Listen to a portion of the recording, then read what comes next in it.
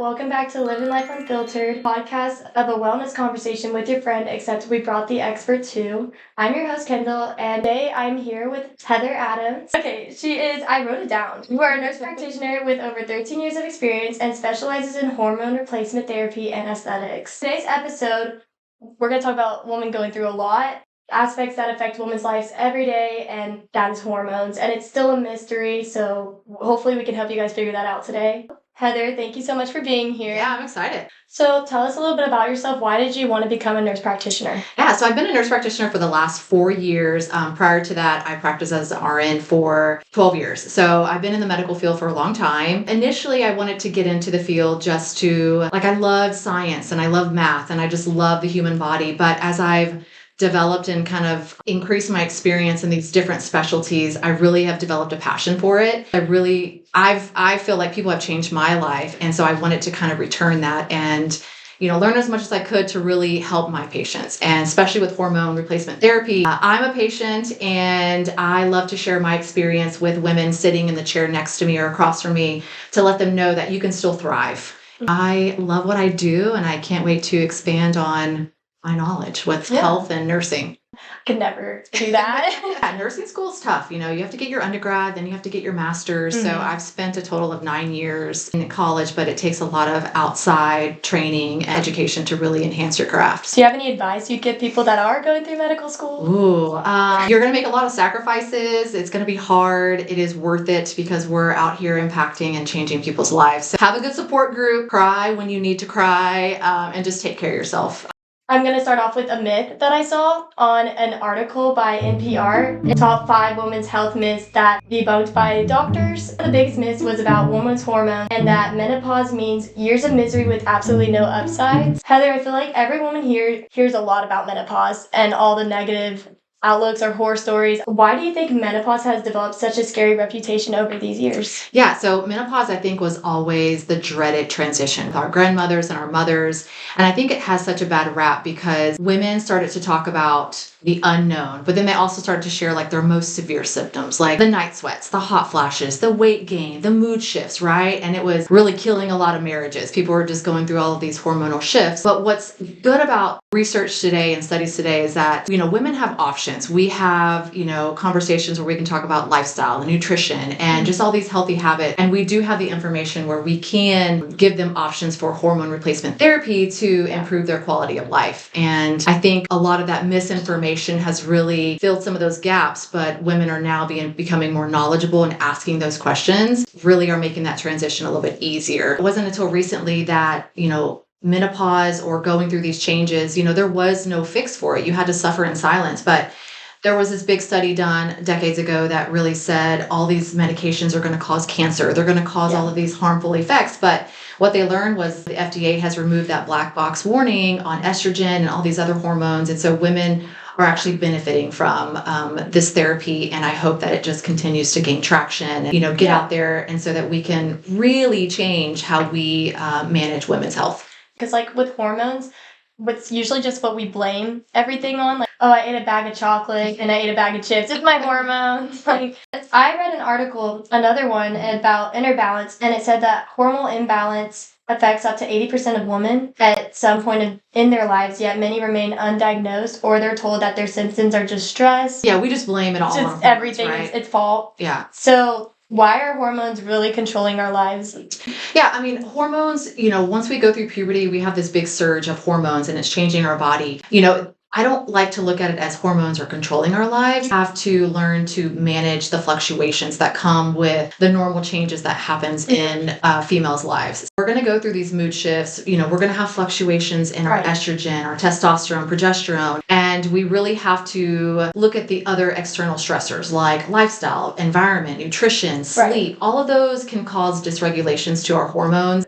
So we can't let it control us. We have to really look at the big picture and see what we can manipulate and what we can't control and really find that smooth transition of that balance. And I feel like for hormones too, a lot of people don't really understand hormones. I wrote a question down because this is kind of a question for myself. But for hormones, if you could explain it without a medical degree, how would you kind of explain explain what hormones are? Hormones are just really chemical messengers that are really controlled by our brain. So our brain kind of activates the signals that travel to our organs, our sex organs to be specific, even our thyroid, but our sex organs like our ovaries and our testes, and triggers how they function in our body. So like a feedback loop. So our brains start constantly talking to our ovaries, and our ovaries are talking back to our brain. And so if there's any dysregulation, that can affect our hormones.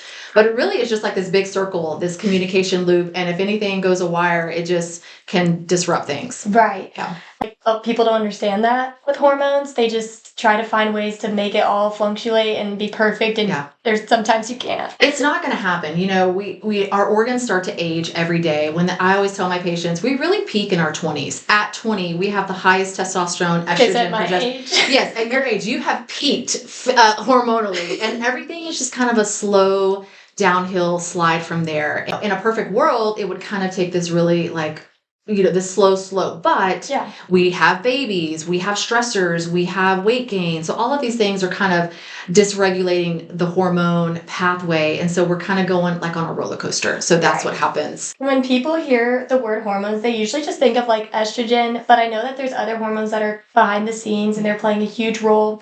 So can you walk us through some of those major hormones that women should know about, or what each one kind of does? Yeah, so estrogen is like the star of the body. People know about it. It controls our brain, heart health, our bone health. And then we have the opposing sister. We have the progesterone. So progesterone opposes estrogen, and you need that fine balance. And progesterone is really nice, calming hormone. So, as we start to lose progesterone, we're going to get irritable. We're going to get moody. We're going to have difficulty falling asleep. Testosterone. A lot of women don't know that we need testosterone. Of course, not in the levels that men need it. We don't need to be this raging muscle person, but we still need it because it's important for our energy levels, our libido, our mood, ability to gain muscle. Right. And I think I find a lot of women, we don't realize we start to lose testosterone pretty quickly. We have DHEA, which is an adrenal hormone.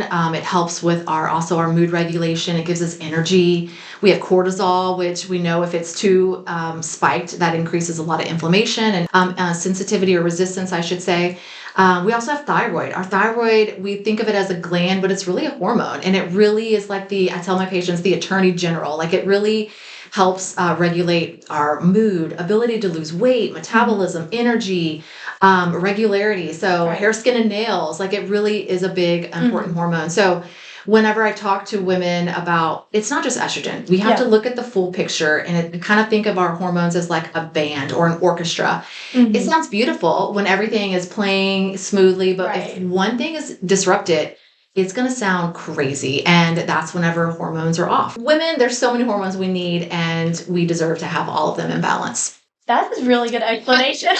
Sitting there like, okay, orchestra. Yeah. That makes a lot of sense in my mind. So honestly, I was going to start going into this because this is where the chaos kind of starts to take place, and it's puberty. It's kind of like the grand entrance of like, okay, this is where your life just falls apart as a girl. Yes. Yeah. So puberty is really, it's that transition from childhood to more of adult characteristics. And there's going to be a surge of hormones. Our brain kind of wakes up.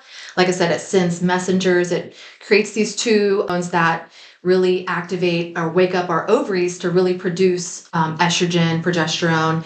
And so there's a lot of brain building too and development that goes along with this. So with this surge of hormones and you've got this emotional dysregulation, there's going to be a lot of fights and relationships that aren't going to go well. And, there's going to be emotional outbursts. So puberty is tough, right? I've had plenty of that. Yeah, it's tough, but we really have to be a little patient and give our kiddos grace because they're going through this new transition with hormones and emotional liability. Yeah. I was happy and then I started crying because I saw like a dog And you just commercial. don't know. You don't know why this is happening, right? And then you get angry and then you go upstairs and you're like, why is this going on? You hate your parents. You hate life. I hate everyone. You hate everyone. But it's just this emotional roller coaster that really happens early in life, and then we still experience this as women as we start to go through I other saw changes. in a Cleveland Clinical article that puberty generally happens at the age of 8 to 13. Yeah, I mean, there's early puberty, there's late puberty, but that's kind of that window where most girls go through those changes. You know, they're getting breast development and hair, and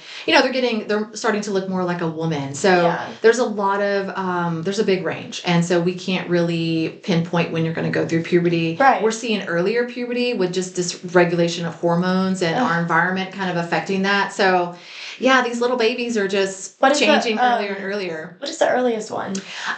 We call it precocious puberty. And Okay. so that happens, it can happen at 7 years old, 6 years old. Oh my gosh. And that's just really a disruption of hormones. And that's not normal. So if that happens, obviously you have to see a pediatrician and they have to do a lot of studies. But thank you, Heather, for your insight and expertise on women's hormones. There will be more videos to come. This video is owned and produced by Vitality Hormone and IV Bar. Thank you guys so much, and stay tuned for more episodes coming soon.